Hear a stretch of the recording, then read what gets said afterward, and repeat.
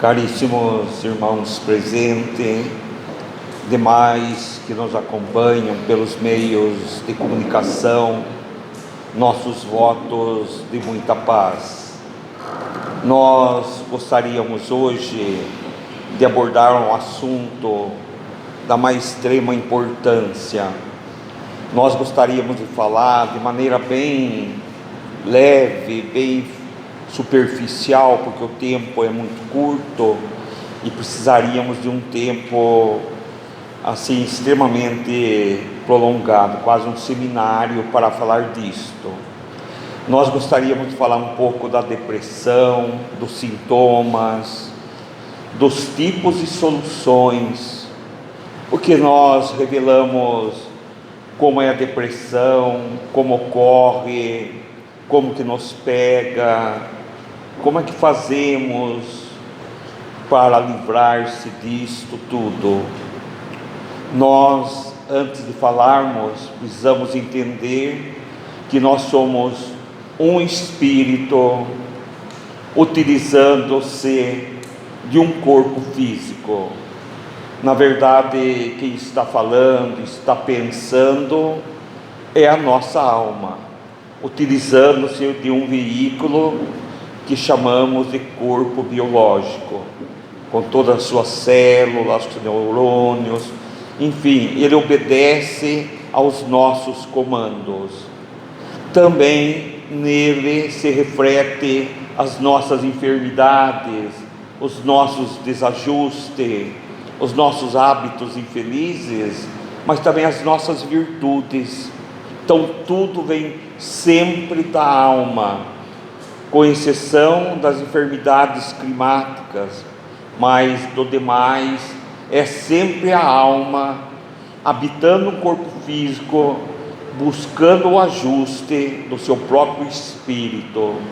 Alma, quando nós estamos encarnados, desencarna, nós chamamos de espírito, para poder diferenciar.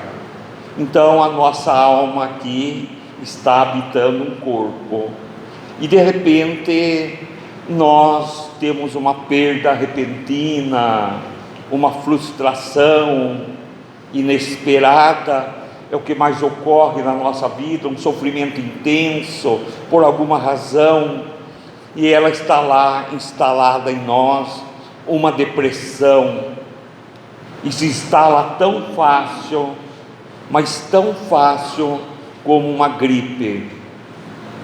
Mas a depressão, mesmo como a gripe, ela vai chegando devagar, você não percebe, ela é sorrateira, e quando você percebe, aos poucos, ela vai tirando sua paz, ela vai tirando a sua alegria, mas você não percebe, porque ela vai chegando devagarzinho. E como tudo, as alegrias, as cores da vida parecem não ter mais sentido.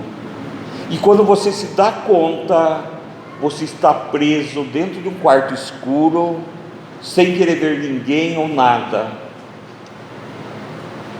Como fazer isso? Como superar esse sentimento que dilacera a alma? Olha a palavra, dilacera a alma.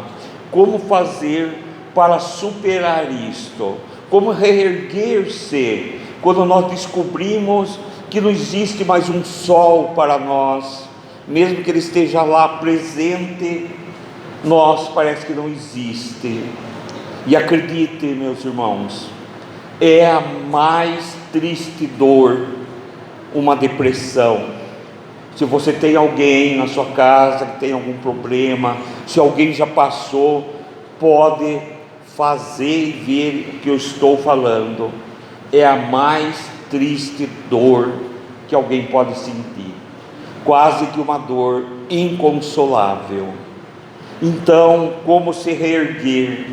É possível que nós saiamos desse labirinto que nós adentramos sem perceber ou devagarinho, porque a depressão ela vai se instalando em nós bem devagarzinho, como você pega uma orquídea e você amarra ela numa árvore, e você não percebe, e você olha hoje, amanhã, e ainda não ligou. Você esquece um pouco, daqui a pouco dá uma ligadinha, quando você vai dar conta, ele já emaranhou toda.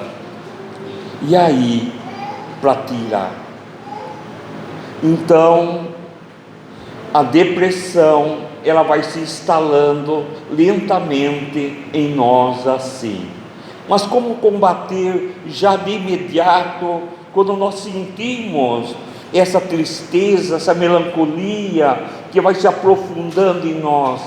A oração, a vigilância, falar para você mesmo: eu me perdoo, eu me amo, eu gosto de mim, eu sou feliz, e começar a buscar valores que você tem contido dentro de você, porque nós temos todo o Evangelho de Jesus na nossa consciência, então nós temos os recursos dentro de nós, só precisamos movimentá-los, pôr em ação, e nunca se achar que você não é nada, que você é pequeno, que ninguém ama você.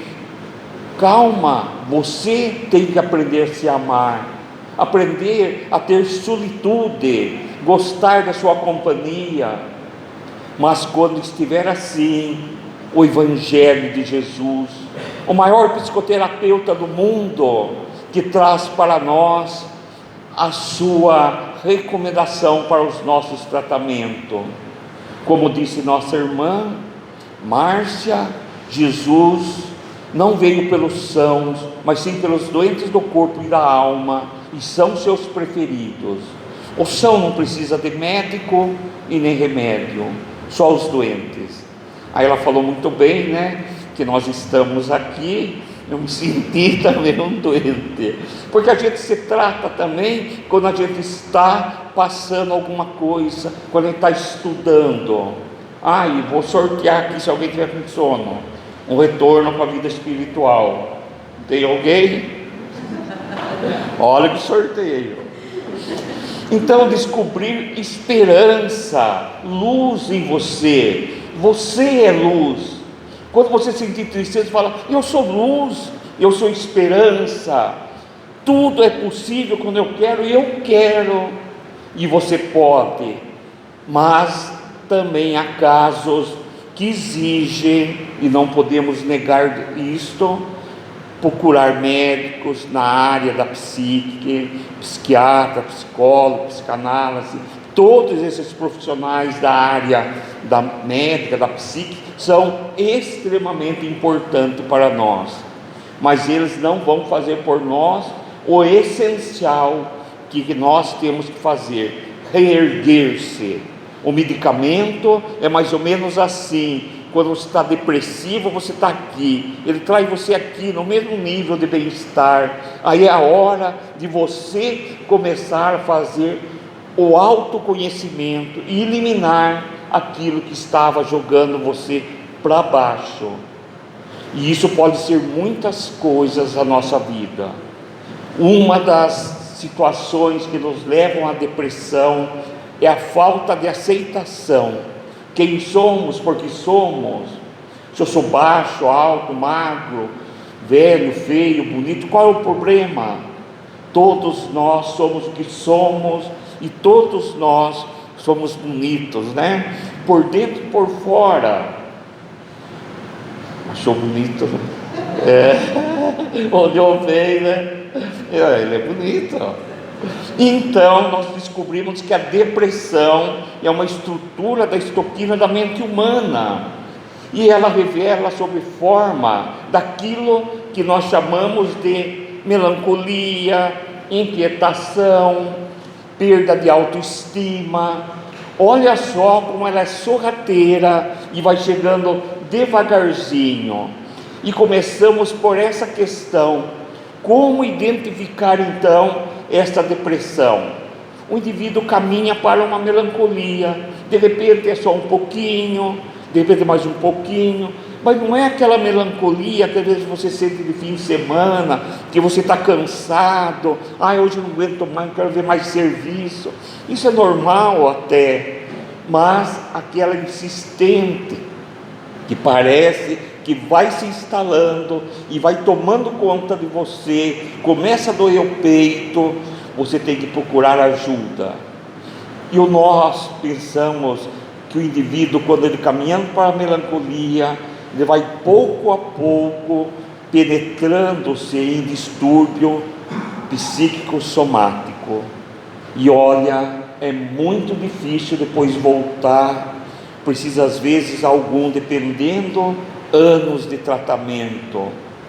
Mas a depressão, ela é algo tão estranho, que você chega numa casa espírita e ela tem uma simbiose com a obsessão, que você não consegue identificar, ou precisa ter muita experiência para você identificar que é uma depressão e uma obsessão.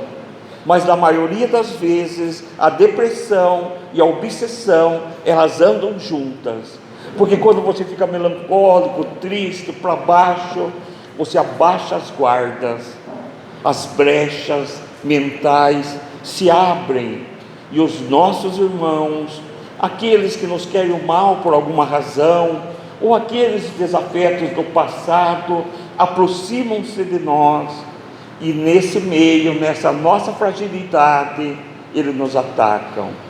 Por isso é recomendado, quando nós temos um problema de depressão, estamos tratando na área da medicina convencional, também acolar o atendimento espiritual, com o passe, água fluidificada, com o evangelho, fazendo a nossa terapia, passando pelo atendimento fraterno da casa, no diálogo, tomando os passos semanalmente, fazendo o exercício, eu me amo, comece a falar isso para você, andando numa caminhada, para você ver como você transforma a sua mente, o seu corpo. Nós acostumamos muito a vagar nas nossas mentes, nós não lemos ou lemos muito pouco, então as nossas mentes, ela está quase que vazia, sem um conteúdo de ordem elevada. Aquele que estuda muito, lê muito, ora muito, a sua mente está preenchida de valores éticos, morais, espirituais, e ele dificilmente é invadido. Então percebemos que está a solução em nós não entrar, e se entrar, está em nós também nos autoajudar para sairmos. Então nós temos a casa espírita. Se não houvesse casas espíritas, ai de nós. Ela faz e ajuda tanto, ou até mais, segundo alguns investigadores, que fizeram uma avaliação, tanto quanto o SUS, porque todas as nossas enfermidades é psíquica, a maioria delas. Você controla aqui e você controla tudo, você descontrola aqui e você descontrola todo o organismo.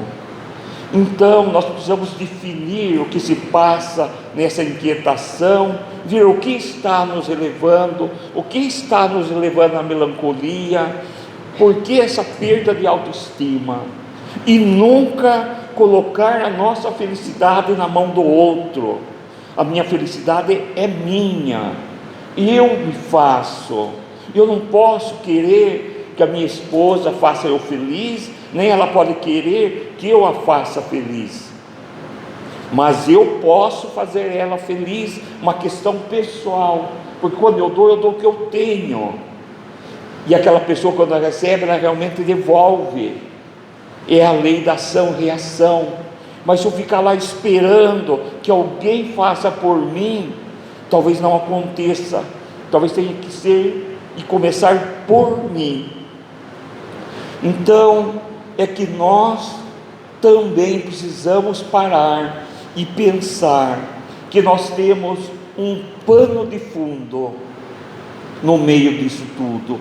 Mas o que é esse pano de fundo que nós falamos, que é, na verdade, causado por um complexo de culpa? Quando eu não fiz nada nessa existência, eu tenho uma vida reta, correta, faço tudo certinho e entro nessa depressão. O que é isto? Aí nós perguntamos como agir, como fazer. Aí é que entra a doutrina espírita para nos explicar tudo isto para nós. Esse pano de fundo que nós falamos é o nosso passado que inconscientemente retorna. Às vezes nós não vemos fazendo algo que nós falamos: nossa, como pude fazer isto? Eu não sou assim. Ou pensamento: eu não penso isso, como veio esse pensamento? Eu não sou assim.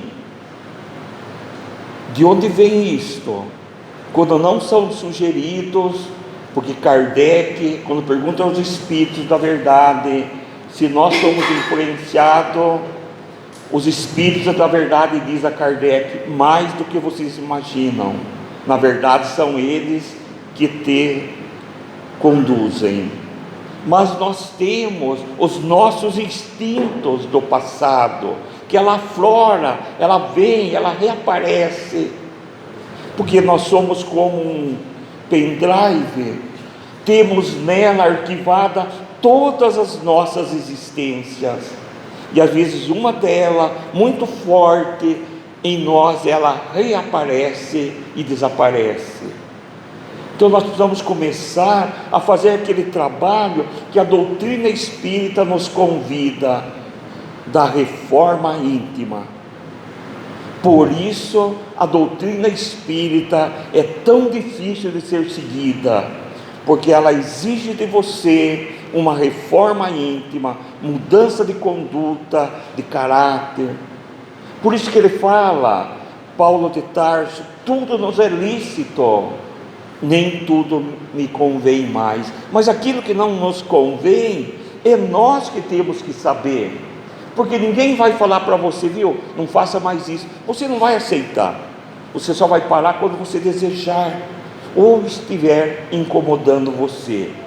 Então há as impulsões do espírito do passado que mantêm-nos num processo, porque esse processo está em formação, é porque já tem esse distúrbio em formação em nós.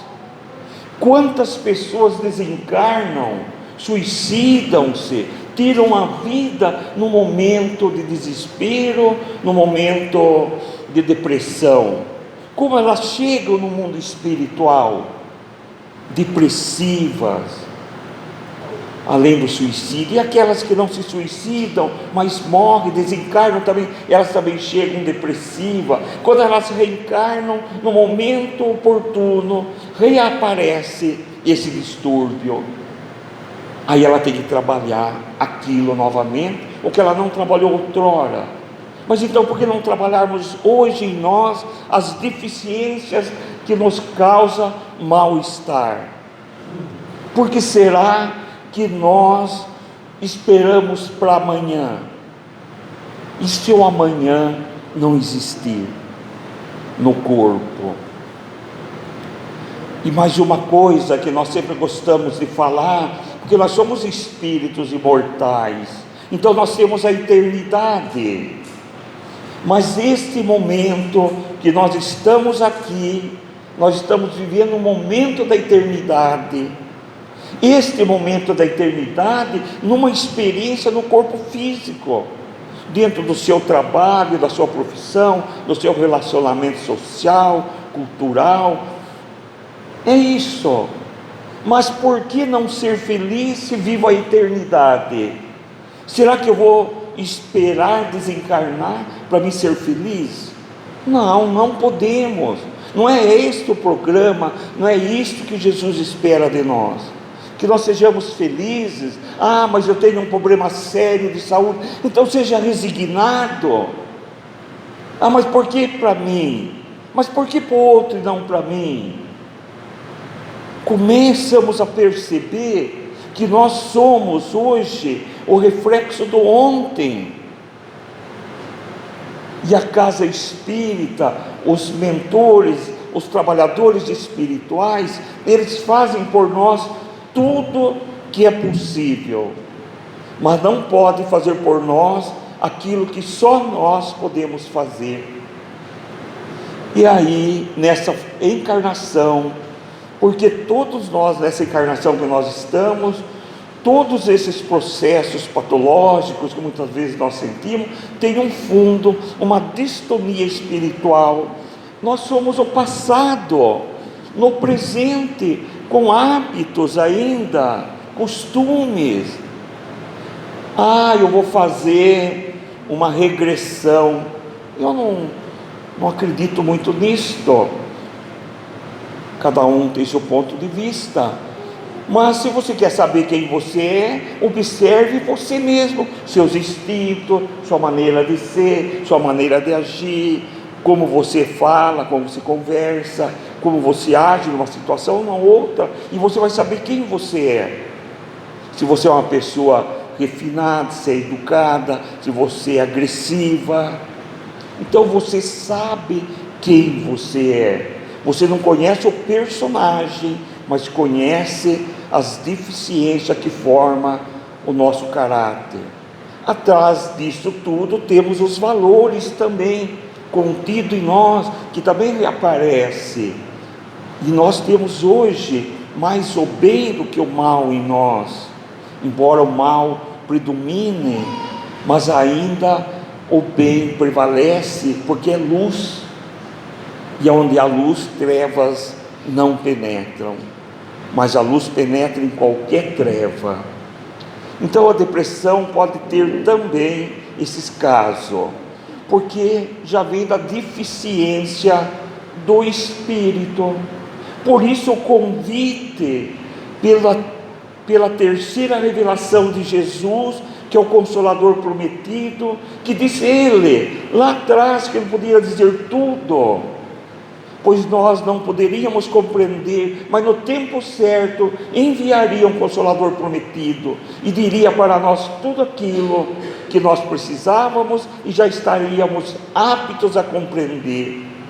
Abaixa-se os véus do mundo espiritual e começamos a entender a influência do mundo espiritual, começamos a compreender as leis reencarnatórias, que foi matado lá atrás, no ano 300 e pouco, quando era reencarnação, puseram ressurreição, ou 500 e pouco, não me lembro bem. Então, hoje, por provas irrecusáveis, não dá para dizer, eu não acredito em reencarnação. Você acredita? Não, eu não acredito, eu sei que existe, porque não dá para entender um Deus imparcial. Então Deus é imparcial, não dá para entender, aliás, um Deus parcial. Uma mesma lei para todos nós, uma mesma lei. Então essa deficiência que vem da alma, ela se dá no físico, e é exatamente para isso que você vem, para tratar isso. Alguns mais, outros menos. Alguns vêm com potencial maior para ajudar, mas aquele que está ajudando também está se tratando. Quando nós estamos aqui falando, também estamos nos tratando. Não há esse melhor do que aquele, outro mais bom ou menor. Não há ponta de mesa. Nós acostumamos a dizer que uma casa espírita, que ela segue, que ela está fundamentada nas obras kardecianas, é como um grande colar de pérola, não tem ponta, não tem em cima, não tem embaixo, todos somos iguais. Então, cada qual com seus valores, na contribuição da formação desse belo colar de pérola que existe. Então, os nossos neurotransmissores, eles podem começar a ter uma disfunção, e as dificuldades vão aparecendo, e perguntaríamos se é um fenômeno conhecido da ciência. Sim, hoje conhecido, e temos medicamentos de ponta e profissionais altamente qualificados para tudo isto. Então nós precisamos começar a entender que nós precisamos sim da medicina convencional, dos medicamentos, mas nós também precisamos do maior psicoterapeuta do mundo, que é Jesus, que é o Evangelho, que é a escola que a casa oferece, os cursos, essa aula, essa fala, aliás, que nós estamos tendo aqui. Isso nos ajuda muito para nós no transcorrer dos nossos dias. Então nós precisamos entender que nós somos extremamente importantes e não devemos retornar à vida espiritual da mesma forma que viemos, melhorado. Dá para melhorar, procurar melhorar, e procurar enquanto ainda é jovem. Mas se eu já for bem maduro, não há problema, pode começar. Mas aquele que é jovem hoje, aproveita essa oportunidade, porque é muito gostoso você começar a doutrina espírita bem cedo. Você cria um arquivo muito grande, informações, e ela vai te ajudar muito. E quando a caridade feita, ela vai advogar para você lá na frente, dependendo das suas necessidades. Então, meus irmãos, a caridade que nós falamos tanto, que a casa espírita fala tanto, das necessidades que a casa tem para se manter aberta, é uma caridade que nós fazemos como dever, é o dever. Mas o que é caridade de verdade? Nós sempre falamos, alguns já devem ter ouvido falar muito disto.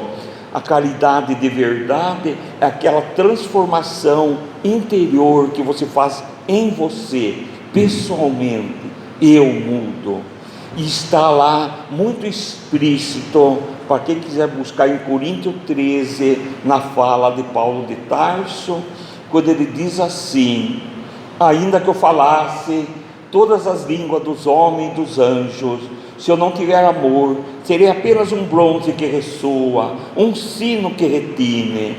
Ainda que eu possua os dons da profecia e saiba todas as ciências, ainda que eu possua um tamanho grão de fé que permita transportar montanhas, se eu não tiver amor, eu nada serei. Ainda que eu distribua meus bens aos pobres e deixe o fogo consumir meu corpo, nenhum proveito eu tiro se eu não tiver amor. Porque o amor, meus irmãos, é paciente, o amor é bondoso, o amor não é nada exigente, o amor não é arrogante, o amor não é orgulhoso, o amor jamais é descortês, o amor nunca é interesseiro, o amor não se irrita, não guarda rancor no coração. Mas o amor tudo desculpa, tudo crê, tudo espera e tudo suporta. Então o amor nunca terá fim. As profecias sim, pois as línguas se calarão, pois a ciência tem seu termo, e perfeito é nosso conhecimento e também as profecias. Mas quando vier o que é perfeito, o que é imperfeito desaparecerá. Quando nós éramos crianças, pensávamos como criança, brincávamos como criança, e como criança nós raciocinávamos. Quando nos tornamos homens e mulheres feitos, nos despojamos dos atributos de criança. Hoje, por enquanto, enxergamos Deus através do espelho, mas um dia teremos a visão de Deus face a face. Finalizando, temos agora a fé, a esperança e o amor, mas dos três, o mais excelente é o amor, pois o amor cabe tudo dentro dele. Muita paz, muita luz. Espero que a nossa fala possa ajudar a todos nós, nessa nossa jornada de redenção. Deus abençoe a todos.